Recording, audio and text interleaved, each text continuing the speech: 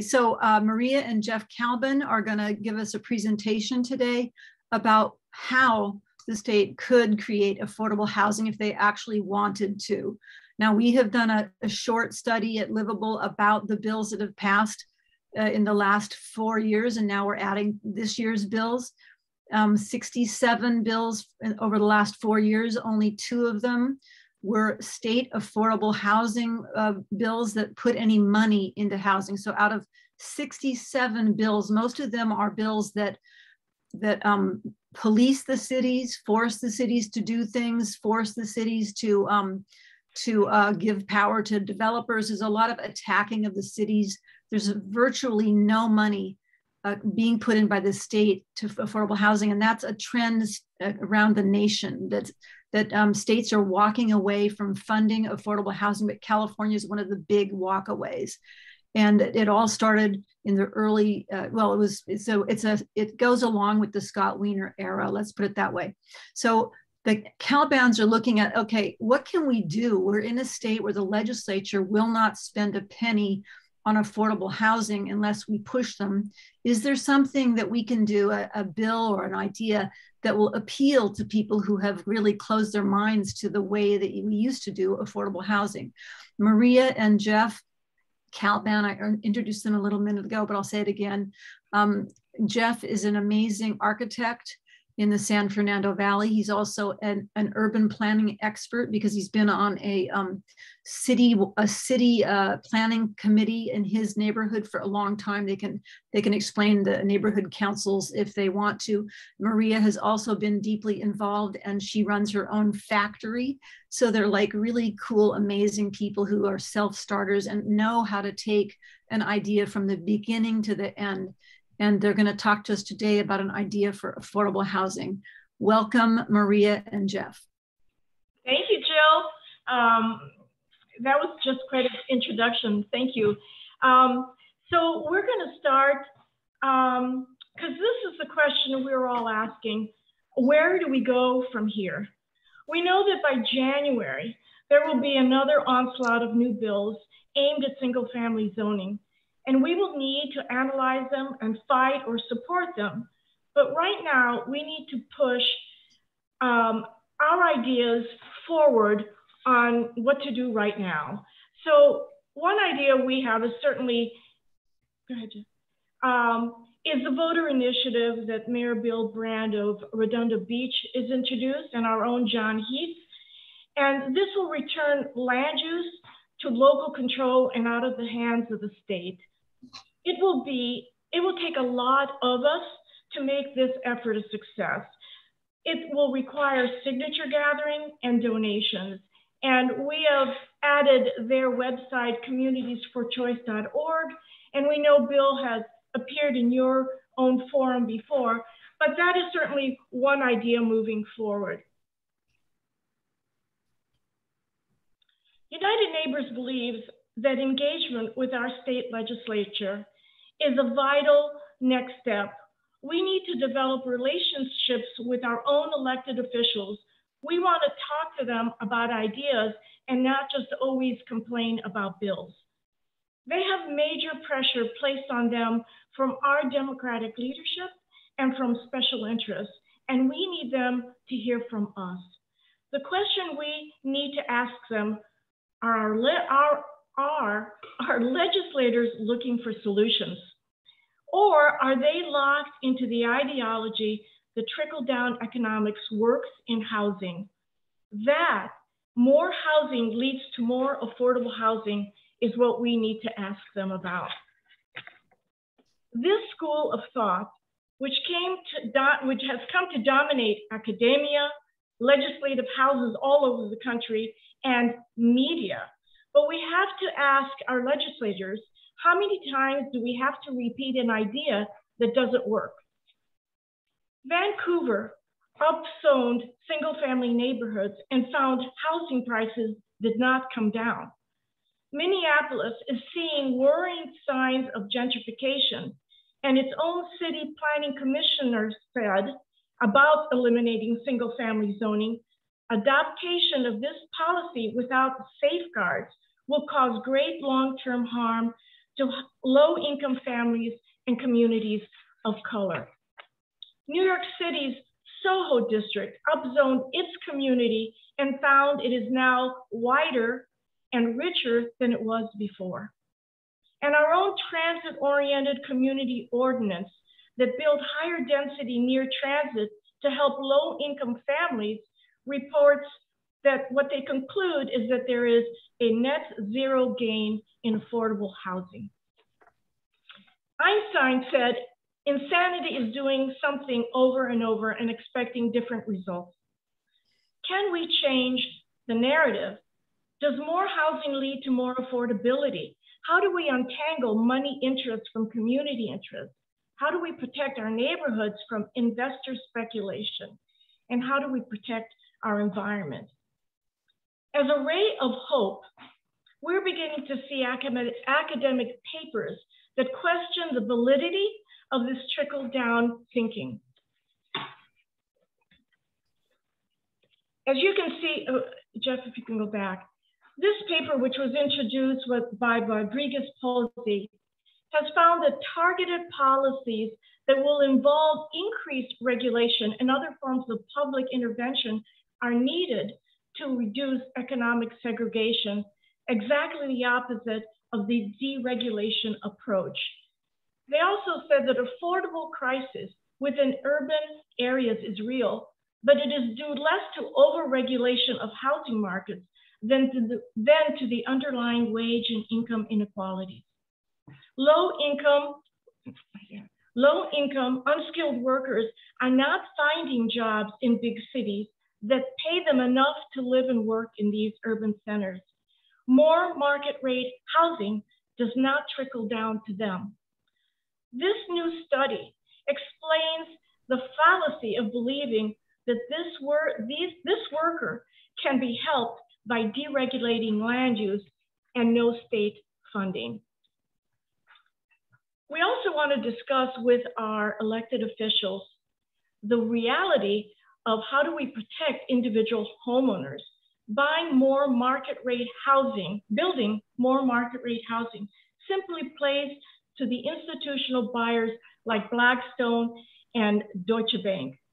This is the big elephant in the room that our legislators seem to ignore, but the international community has tuned in. We know single-family housing has become an asset class for investors, causing prices to increase as they compete for homes with individual home buyers. I'm going to just give you a few quotes from some of these journals that I have been reading that address real estate and investment communities. One of them is, commercial real estate investors are sinking their teeth into the hottest new asset class, single-family rentals. Major firms are going big, vying for dominance in one of commercial real estate's fastest growing asset classes. A major reason institutional investment is in a rush to move into the sector is that major players have yet to be established. Lennar is launching a $4 billion platform that will buy single-family homes and townhouses to turn into rentals. California State Teachers Retirement System formed a $1 billion joint venture to invest in the build-to-rent sector. Institutional buyers are flooding the single-family market, dropping a record $77 billion on homes in the past 6 months. This should give our legislators pause. In these same journals, we find concerns being raised, like the single-family rental business faces criticism from housing advocates for driving up the cost of homes and pricing local bidders out of the market. Federal Reserve Bank of Atlanta determined that Wall Street landlords are significantly more likely to file eviction notices than mom and pop landlords. A booming housing market means investors assembling a portfolio are competing with families who want homes. And critics worry single-family rentals could worsen the affordability crisis or lead to more evictions. Single-family rental companies overshadow small buyers with all-cash deals and a more aggressive approach to closing. So do we need to really say more? We have a state legislature that is aiding these investors by making single-family zones open to more density and more rentals. This is not just a California problem, it is a USA problem. I was contacted this week by a group in Atlanta, Georgia, that was fighting against ending of single-family neighborhoods. Their legislators were reducing setbacks, allowing more density, removing parking criteria. Does that sound familiar to us? Affordable housing is a global issue, with countries like Canada trying to pass laws to limit foreign investors. Barcelona using eminent domain to seize vacant properties. London and Berlin trying to pass laws that limit how many homes can be owned by investment companies. It goes on. And yet California is the 5th largest economy in the world, and our legislators seem unconcerned about the huge rise in investor-owned properties. Instead of fighting this global threat, they pass laws that make it easier for investors to buy one house and develop 4 new homes in its place. This is what we need to talk to our legislators about. These investment firms are making money as they make more Californians permanent renters and they become powerful landlords. We also need to talk to our legislators about reinstating redevelopment funds. After 2011, the funding source for cities to fund affordable housing ended. Some people estimate that 1 million units of affordable housing were not built as a result. If the state is serious about solving the affordable housing crisis, these funds must be reinstated. The state needs to stop blaming cities for something they no longer have full control over. Private sector has performance metrics. What doesn't work gets eliminated. So should legislation. Bills that don't live up to their claims need to be terminated. All of us should monitor SB 9, a bill that by Tony Atkins' own words is that SB 9 will open opportunity for homeowners to help ease, to build and help ease our housing shortage. If this bill's intent was to allow more homeowners to build small density on their lots, then we need to keep track of how many lot splits are really caused and made by developers, not homeowners. And if that's the case, that we have more developers buying into this, we should all raise hell. So speaking to our elected, I think we need to change that, Jeff. So yeah, we also have to hold our legislators accountable for unintended consequences.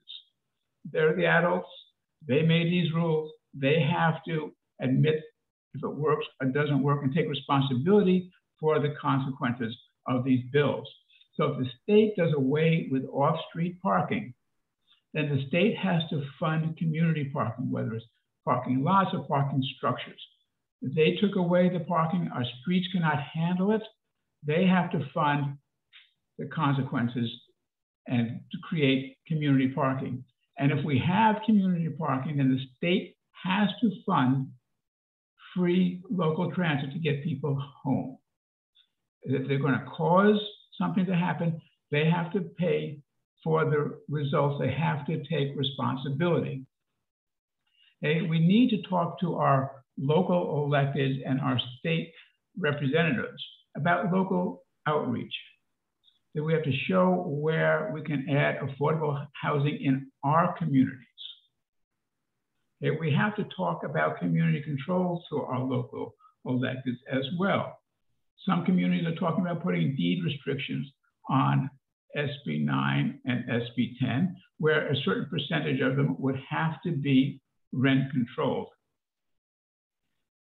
The residency requirement in SB 9 is a joke. It's 3 years after the lot split is approved. It should be 3 to 5 years after the site is occupiable again after the development.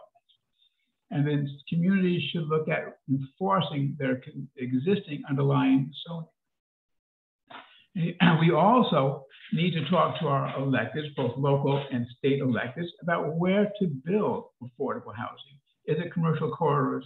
We should talk about repurposing. We should talk about starter homes. Okay.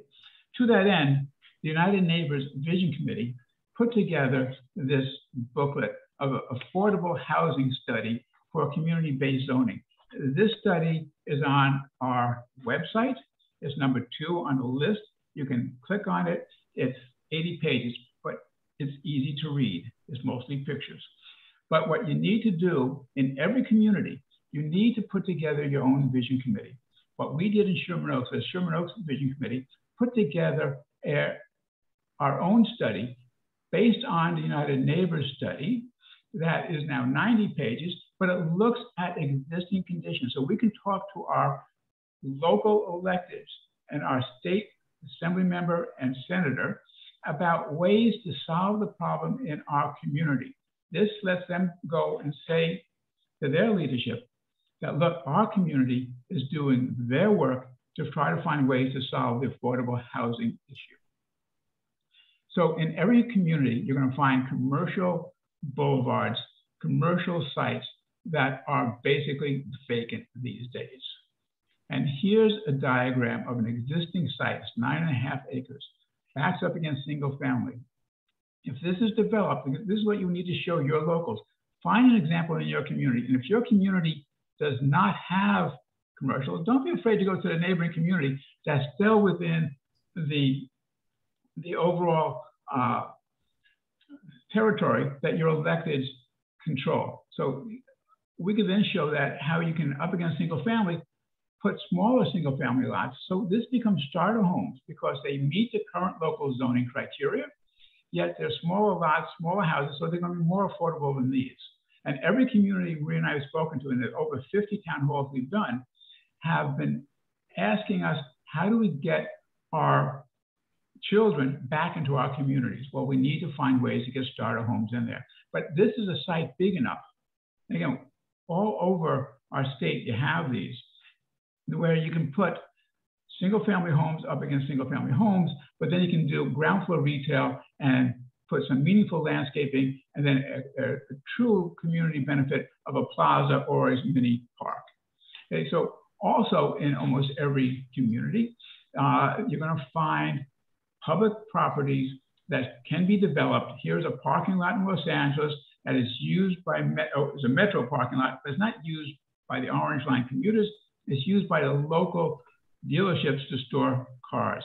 It's a crime. It should be developed, and it can be developed. And there are many examples throughout California of public-private developments where you can take the public land, take the land cost out of the equation, and now you can develop mixed income housing that has parking for the public to replace what was there on the site, and parking for the apartments above it. We should also, all of us in our communities, find, like we have found in Sherman Oaks, a office building that's not doing very well these days, and discuss with our legislators, our electeds, that this can be put into adaptive reuse. Don't worry about contacting the owner of this property. That's not relevant. What's relevant are that there are opportunities that you can show your electeds that within your own community that can be adaptive reuse and repurposed. Also, in every community, again, look at your greater community. If your exact community doesn't have it, but most every community, whether it is Sacramento or San Diego or the Silicon Valley area or Los Angeles, you have huge, vast commercial areas that are underdeveloped. And within the existing zoning of most every city, you can develop it like this example below of the Silicon Valley, where here you have the scale to address economies of scale, and you can make it affordable. You have the infrastructure to develop meaningful, affordable and market rate housing. And we should ask the question, why would we not try this before we decide that we need to get rid of single family neighborhoods? We are all able to add this kind of housing in our communities, welcoming more people, making housing affordable without looking into opening up single family. And as Maria said earlier on in our opening talk, that come January, our favorite legislators are going to come up with more housing bills, whether it's Scott Wiener or Tony Atkins or somebody else. They're going to attack single family zoning. Why should they do that without first allowing 9 and 10 to go through the building cycle, which is about 5 years, and see what kind of benefits they bring or don't bring to the housing issue? Meanwhile, things like this can be done now. Just let's encourage it to happen locally. There are many wonderful, viable housing types other than single family homes that people want to live in. But communities have to be planned, not legislated. So 14-unit apartments don't go in single family neighborhoods. But all of these different types of living, whether it's townhouses or small subdivisions or high-rise apartments, they need to be in communities and allow them to be put in the right place so you make each community more livable, more walkable, more beautiful. So our last comment that we want to make is that we all need to become more efficient and more effective by becoming bigger coalitions.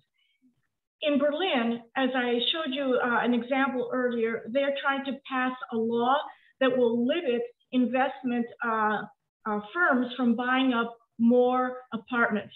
But in Berlin, 85% of the residents are renters. And they felt, the comment I was reading, felt that renters hardly ever have much of a voice. But in Berlin, these 85% of residents have band together and have become such a powerful voice that they feel that next week's vote is going to win. And that should be a lesson to all of us, because just like there are teachers unions and trade unions, and although they have a lot of money, we do have the power of the vote, and there are a lot of us. There are 7 million households, single family homes. There's lots of renters. We're all in this together, and we need to fight this together. So with that, Jill, we're going to stop sharing. That was great, you guys. Rick, do you want to take it from here?